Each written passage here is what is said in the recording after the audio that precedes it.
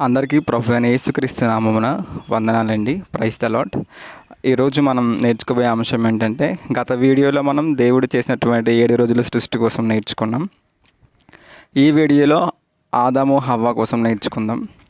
So దేవుడు 7 రోజులు సృష్టి చేసిన తర్వాత భూమి మీద ఎలాగైనా మనుషులను చేయాలి కాబట్టి దేవుడు ఒక నరుని నిర్మించడం జరిగింది. ఆ నరుని పేరు ఆదాం. సో దేవుడు ఆదామును చేసిన ప్రాసెస్ ఏంటి అంటే, ఫస్ట్ మట్టిని తీసుకొని మట్టితో ఒక బొమ్మను చేసి ఆ బొమ్మ యొక్క నాసికా రంధ్రములో నుంచి జీవవాయువును ఊదగా నరుడు జీవాత్మ అయ్యాడు. అంటే ఫస్ట్ మట్టితో ఒక బొమ్మ చేసి, నాసికా రంధ్రము అంటే మన నోస్ అన్నమాట, మన ముక్కు ద్వారా దేవుడు జీవవాయువును వదిలారన్నమాట. ఈ జీవవాయువు మనలో చేరి మనుషులుగా అంటే ఆదాము రూపించబడ్డాడు.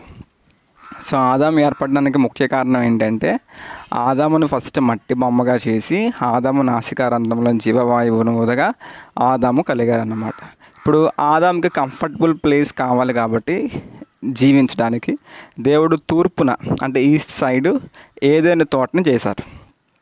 ఏదైనా తోట యొక్క స్పెషాలిటీ ఏంటంటే, ఏదైనా తోటలో ప్రతి వృక్ష ఫలాలు కూడా ఉంటాయి.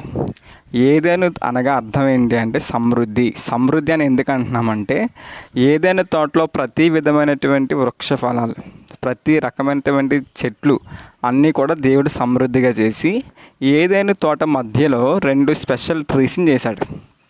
ఆ 2 ఏంటి అంటే, ఫస్ట్ మంచి చెడ్డలు తెలివినిచ్చే వృక్షం, రెండవదేమో జీవవృక్షం. సో ఆదాముకు చెప్తారన్నమాట దేవుడు ఏం చెప్తాడంటే, ఆదామా నువ్వు ఏదైనా తోటలో ఉన్న ఏ వృక్ష ఫలాలైనా తినొచ్చు, కానీ ఒక వృక్ష ఫలాలను నువ్వు తినకూడదు. ఏంటి ఆ వృక్షం అంటే, మంచి చెడ్డలు తెలివినిచ్చే వృక్షం. నువ్వు ఒకవేళ మంచి చెడ్డలు తెలివినిచ్చే వృక్ష ఫలాలను తినిన రోజే నువ్వు చస్తావు అని చెప్పి ఆదాముకి ఖండితంగా దేవుడు ఆజ్ఞ ఇచ్చాడు. ఆజ్ఞ ఇచ్చిన తర్వాత ఆదాము ఏదైనా తోటను చూసుకుంటూ, ఏదైనా తోటలో ఉన్న వృక్షాలన్నీ దానికి నీళ్లు పోస్తూ చూసుకుంటూ వచ్చారన్నమాట. దేవుడు ఆదాము అలా చూస్తూ వచ్చేటప్పటికి ఆదాము అక్కడ ఉన్నటువంటి జంతువులతోటి వృక్షాలతోటి ఆడుకుంటూ, వృక్షాలకి సేద్యపరుస్తూ, నీళ్ళు వేస్తూ అలా జీవించేవాడు అన్నమాట. సో దేవుడు ఆదామును చూసి, ఆదాముకి ఎంత చేసినా సరే ఇంకా ఏదో ఒక వెళుతుంది, ఆదాముకి సాటి అయిన సహాయాన్ని చేయాలని దేవుడు అనుకొని, అంటే మనకి అలా కామన్గా ఫ్రెండ్స్ ఉంటారో మన పెయిన్స్ అన్ని షేర్ చేసుకోవడానికి, అలాగే ఆదాముకు కూడా తోటి మనిషి సహాయం అవసరం అని దేవుడు గుర్తించి ఆదాముకి బాగా గాఢ నిద్ర కలుగజేస్తారన్నమాట. ఆదాముకి బాగా గాఢ నిద్ర కలిగజేసి ఆదాము స్లీప్లో ఉన్నప్పుడు ఆదాము ప్రక్కటెముకను తీసి, ఆ ప్రక్కటెముక తీసిన ప్లేస్లో మాంసాన్ని పెట్టి పూజ చేస్తారనమాట. అంటే దేవుడు ఫస్ట్ సర్జరీ చేశారనమాట ఆదాంకి. ఓకేనా, ఆదాంకి దేవుడు ఫస్ట్ సర్జరీ చేసి ప్రక్కటెముకలో నుంచి ఒక ఎముకను తీసి స్త్రీనిగా నిర్మించాడు అనమాట. ఆమె పేరే హవ్వ. ఓకే, ఇప్పుడు ఆదాము హవ్వలు ఇద్దరు కూడా ఏదైనా తోటలో విహరిస్తూ ఉండేవాళ్ళు. అందుకని దేవుడు వాక్యం ఏం సెలవిస్తుందంటే, పురుషుడు తన తల్లిదండ్రులను విడిచిపెట్టి తన భార్యను హత్తుకొని జీవించాలి. ఎందుకు అంటే దానికి ఇది నిదర్శనం అన్నమాట. ఆదాము నుంచి హవ్వ తీయబడింది. ఓకే, సో అలాగే భర్త నుంచి భార్య వచ్చింది, పురుషుడి నుంచి స్త్రీని నిర్మించబడ్డారు అనే దానికి నిదర్శనం అన్నమాట. సో వాళ్ళిద్దరూ ఆదాము హవ్వలు ఏదైనా తోటలో చాలా హ్యాపీగా జీవిస్తూ ఉండేవాళ్ళు. కానీ దేవుడు వాళ్ళకి ఇచ్చిన కండిషన్ ఏంటి అంటే, మంచి చెడ్డల వృక్ష ఫలాలను తినకూడదు. రైట్, అలా ఉండేటప్పుడు 3వ అధ్యాయంలో ఆదికాండం, సర్పము అంటే పాము భూజంతువులంట్లో కూడా చాలా తెలివైంది. అది ఎంత తెలివైందంటే, హవ్వ దగ్గరికి వచ్చి, హవ్వ దేవుడు నీకు ఏమైనా వృక్ష ఫలాలను తినొద్దని చెప్పాడా అని చెప్పి చాలా తెలివిగా అడుగుతుంది అన్నమాట. అప్పుడు హవ్వ ఏమంటుంది అంటే, అవును, దేవుడు మమ్మల్ని అన్నీ తినమని చెప్పారు, కానీ ఏదైనా తోట మధ్యలో ఉన్న మంచి చెడ్డలు తెలివినిచ్చే వృక్ష ఫలాలను తినొద్దని చెప్పారు అని చెప్తుంది అన్నమాట. అప్పుడు సర్పం ఏమంటుంది అంటే, మీరు ఒకవేళ ఆ ఫలాలను తింటే మీరు దేవతల వల్ల అయిపోతారు, అందుకని చెప్పి దేవుడు తినొద్దని చెప్పి అన్నాడని చెప్తుంది.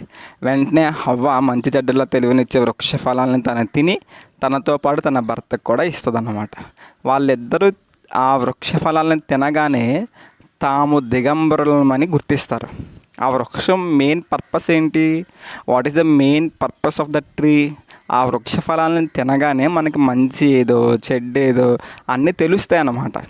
దాని యొక్క ముఖ్య ఉద్దేశం ఆ చెట్టు యొక్క ఫలం తింటే దానికి మనకు వచ్చే రిజల్ట్ అది.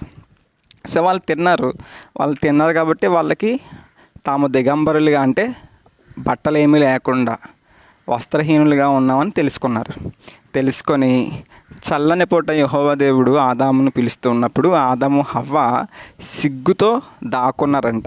అంతకంటే ముందే వాళ్ళ సిగ్గును కప్పుకోవడానికి వాళ్ళు అంజూరపు ఆకులతో కచ్చడాలు చేసుకున్నారంట. అంటే బట్టలు చేసుకొని ఆ బట్టలు వేసుకున్నారంట. సో యెహోవా దేవుడు చల్లని పూట సాయంత్రం వచ్చి ఆదాము హవ్వని పిలుస్తుంటే వాళ్ళిద్దరూ రావడానికి సిగ్గుపడుతున్నారన్నమాట. తాము దిగంబరులుగా ఉన్నామని వాళ్ళు గుర్తించి ప్రభువుకు చెప్తారన్నమాట. అప్పుడు దేవుడు అంటారు, నేను తినొద్దని చెప్పిన వృక్ష ఫలాలను మీరు తిన్నారు కాబట్టి మీకు సిగ్గు తెలిసింది అని చెప్పి ఆదాముతో అన్నప్పుడు ఆదాము, నేను కాదు ప్రభువా, నువ్వు నా కోసం చేసిన ఈ స్త్రీయే ఆ వృక్ష ఫలాలను కొన్ని తాను తిని నాకు కూడా ఇచ్చింది అని చెప్తారన్నమాట ఆదాం.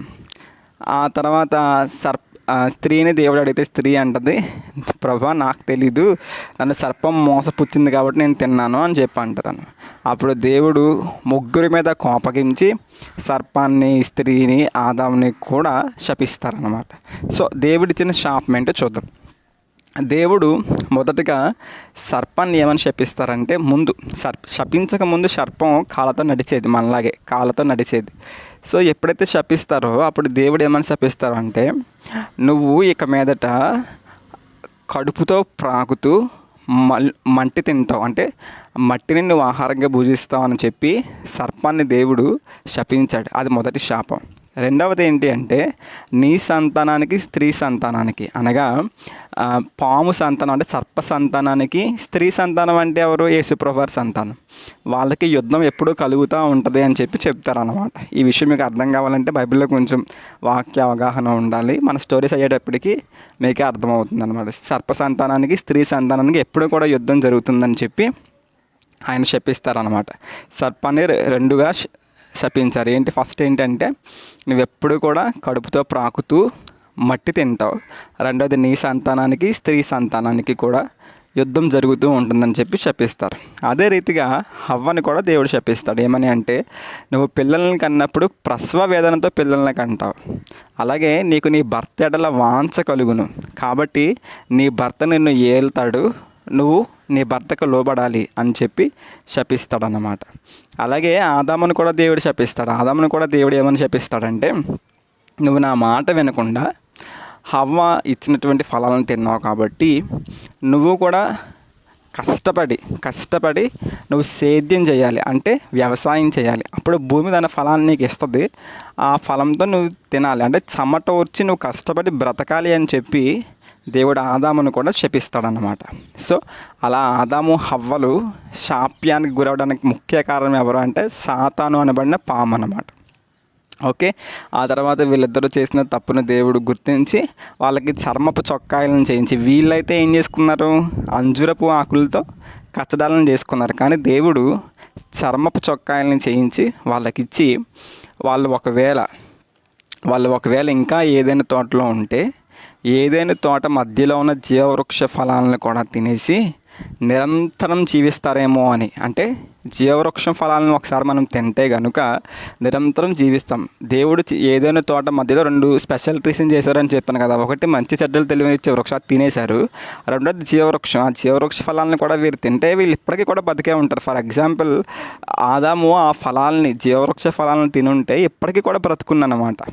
సో అందుకని చెప్పి వాళ్ళ జీవవృక్ష ఫలాలను కూడా తింటారేమో అనే ఉద్దేశంతో దేవుడు ఏదైనా తోట నుంచి ఆదాము హవ్వని కూడా బయటకు గంటేసి, అప్పుడు ఆ ఫలాల్ని ఆ ఏదైనా తోట కాపలాగా తూర్పు వైపునేమో కెరూబులను, అలాగే జీవవృక్షానికి కాపలాగా అటు ఇటు తిరిగే కర్గజ్వాలని దేవుడు పెడతాడన్నమాట. ఇది స్టోరీ. ఈ స్టోరీ నుంచి మనం నేర్చుకోవాల్సిన తర్వాత ఆదాము హవ్వకి కయీను, హేబేలు, షేతు అనే 3 సంతానం కలుగుతారు. దాని గురించి మనం నెక్స్ట్ వీడియోలో చూద్దాం. రైట్. సో ఆదాము హవ్వ, ఆదాముని దేవుడు నిర్మించాడు. ఆదాము ప్రక్కటం గురించి హవ్వను చేశాడు. వాళ్ళిద్దరికీ మంచి చెడ్డలు తెలివినిచ్చే వృక్షం తినొద్దని దేవుడు ఆజ్ఞాపించాడు. దేవుని ఆజ్ఞను మీరి హవ్వ సర్పము యొక్క కుయుక్తికి లోబడి ఆ వృక్ష ఫలాలను తింటుంది. తిన్న తర్వాత తను శాపం తెచ్చుకుంటుంది. ఆ వృక్ష ఫలాలను తన భర్తకు పెట్టడం ద్వారా తన భర్త కూడా శాపాన్ని కలిగజేస్తుంది. రైట్. వాళ్ళు ఎక్కడ జీవవృక్ష ఫలాలను తింటారేమో అని చెప్పి దేవుడు ఆదాము హవ్వల్ని ఏదైనా తోట నుంచి బయటికి పంపించేస్తారు. చర్మపు చొక్కాయలను చేయించి బయటికి పంపిస్తారు. ఈ స్టోరీ నుంచి మనం నేర్చుకోవాల్సిన అంశం ఏమిటి అంటే, దేవుడు చాలా ఖండితంగా ఆదాముకు చెప్పాడు. ఏమని? ఆ వృక్ష ఫలాల్ని, మంచి చెడ్డలు తెలివినిచ్చే వృక్ష ఫలాన్ని తినొద్దని. కానీ ఆదాము ఏం చేశాడు? మంచి చెడ్డలు తెలివినిచ్చే వృక్ష ఫలాల్ని తిన్నాడు. దానికి ఎవరైనా కారణం కావచ్చు, కానీ తిన్నాడు. అంటే ఏంటి? దేవుడు చెప్పినటువంటి ఆజ్ఞను అతిక్రమించారు. బైబిల్లో చాలా స్పష్టంగా రాయబడి ఉంది, ఆజ్ఞ అతిక్రమమే పాపం. ఆజ్ఞ అంటే దేవుని వాక్కు, దేవుని మాట, దేవుడి మాట వినకపోవడమే పాపం. పాపం వల్ల వచ్చే జీతం మరణం. సో ఆదాము హవ్వలు పాపం చేశారు. ఆ పాపం వల్ల మరణం అనే జీతాన్ని సంపాదించుకొని ఏదైనా తోట నుంచి వెళ్ళిపోయారు. ఇప్పుడు మనము కూడా దేవుడు చాలా ఆజ్ఞలు ఇచ్చారు. మొదటి ఆజ్ఞ ఏంటి? నిర్గమాకాండం 20వ అధ్యాయం ప్రకారంగా 10 ఆజ్ఞలు పలకనిచ్చాడు దేవుడు మనకు. ఆ 10 ఆజ్ఞలు కాకుండా కృత నిబంధన ప్రకారంగా నిన్ను వల్ల నీ పొరుగువారిని ప్రేమించాలి, పూర్ణ హృదయంతో, పూర్ణ ఆత్మతో, పూర్ణ వివేకంతో, పూర్ణ హృదయంతో నీ దేవుడైన యెహోవాని సేవించాలని, అలాంటి ఆజ్ఞలు దేవుడు చాలా ఇచ్చాడు. మరి ఆ ఆజ్ఞలన్నీ మనం నెరవేరుస్తున్నామా? అది మనమే ఆలోచించుకోవాలి. ఒకవేళ ఆదాము హవ్వల వలె మనము కూడా దేవుని ఆజ్ఞను నెరవేర్చకపోతే మనము కూడా మరణము అనే జీతాన్ని సంపాదించుకుంటాం. ఏదైనా తోట అనబడినటువంటి పరలోక రాజ్యం నుంచి వెలివేయబడతాం. ఇది మొదటిగా మనం నేర్చుకోవాల్సినటువంటి అంశం. ఇక్కడ రెండవ అంశం ఏమిటి అంటే, దేవుడు ఆదాముతో మాట్లాడుతూ, ఆదామా నీవు తప్పు చేసావని అన్నప్పుడు, ఆదాము నేను కాదు ప్రభువా, హవ్వ చేసింది అని. హవ్వ ఏమో నేను కాదు ప్రభువా, సర్పం చేసిందని. ఒకరి మీద ఒకరు తమ తప్పును, చేసిన తప్పును ఒకరి మీద ఒకరు వేసుకుంటూ పొడిగిస్తూ ఉన్నారు. మేము తప్పు చేయలేదులే, వాళ్ళు తప్పు చేశారు, మేము చేయలేదు. అలా కాకుండా అవును ప్రభువా నేను తప్పు చేశాను, నన్ను క్షమించానంటే వేరేలా ఉండేదేమో. సో మన జీవితంలో కూడా మనం తెలుసో తెలియక చాలా తప్పులు చేస్తూ ఉంటాం. ఆ తప్పులన్నింటినీ కూడా క్షమించమని దేవుణ్ణి అడగాలి. దేవుణ్ణి ఎప్పుడైతే మనం తప్పులను క్షమించమని అడుగుతామో దేవుడు మన తప్పులను క్షమిస్తాడు. మూడవదిగా, ఆదాము హవ్వలు తమ దిగంబర్లమని తెలుసుకొని అంజురపు కచ్చడాలను చేసుకున్నారంట. అంజురపు ఆకుల్ని బట్టలుగా కుట్టుకున్నారంట. కానీ దేవుడు వాళ్ళకి ఏమి ఇచ్చాడు? వెళ్ళిపోయే ముందు చర్మపు చొక్కాయలను చేయించి ఇచ్చాడు. ఎప్పుడు మనం చేసుకునేది మనకు ప్రశస్తంగా ఉండదు, వాల్యుబుల్గా ఉండదు. కానీ దేవుడు ఇచ్చేది చాలా వాల్యుబుల్గా ఉంటుంది అన్నమాట. అమూల్యమైనది దేవుడు ఇస్తాడు మనకి. అమూల్యము అంటే మూల్యం చెల్లించలేనిది. మూల్యము అంటే వెల చెల్లించలేనటువంటి అంత అమూల్యమైన దేవుడు మనకి ఇస్తాడు. చూసారా? ఆదాము హవ్వలు అంజురపు కచ్చడాలను చేసుకుంటే, అంజురపు ఆకులతో బట్టలు చేసుకుంటే, దేవుడు చర్మపు చొక్కాయలను విలువైన దాన్ని ఇచ్చాడు. ఎప్పుడు కూడా మన సొంత జ్ఞానంతో చేసుకునే దానికంటే దేవుడు ఇచ్చేది చాలా ప్రశస్తంగా ఉంటుంది. కాబట్టి ప్రభువా నా కొరకు మీరు ఏమి ఇవ్వాలనుకుంటున్నారని దేవుడిని అడిగి మనం ప్రతిదీ కూడా చేయాలి. సో ఈ స్టోరీ నుంచి మనం నేర్చుకోవాల్సిన 3 పాఠాలు కూడా ఇవి. మరలా వచ్చే వీడియోలో ఆదాము హవ్వకి సంతానం కోసం నేర్చుకుందాం. అంటే వాళ్ళ సంతానమైనటువంటి కయ్యేను, హేబేలు, షేతు గురించి నేర్చుకుందాం. సో ఈ స్టోరీ ఇంకా క్రియేటివ్గా చెప్పాలి అనుకుంటే, ఏమన్నా మీ ఐడియాస్ ఏమన్నా ఉంటే ఐడియాస్ని మీకు కామెంట్ సెక్షన్లో తెలియజేయండి. ఇంకా నేను ఇంప్రూవ్ చేసుకుంటూ చెప్పడానికి ప్రయత్నిస్తాను. అదే రీతిగా ఈ వీడియోస్ మీకు చాలా యూజ్ఫుల్ అవుతున్నాయి అనుకుంటే ఛానల్ సబ్స్క్రైబ్ చేయండి, షేర్ చేయండి. ఇంకా మీకు ఏం స్టోరీస్ కావాలో అది కామెంట్ సెక్షన్లో తెలియజేయండి. ఇంకా మీ సజెషన్స్ కూడా కామెంట్ సెక్షన్లో తెలియజేయండి.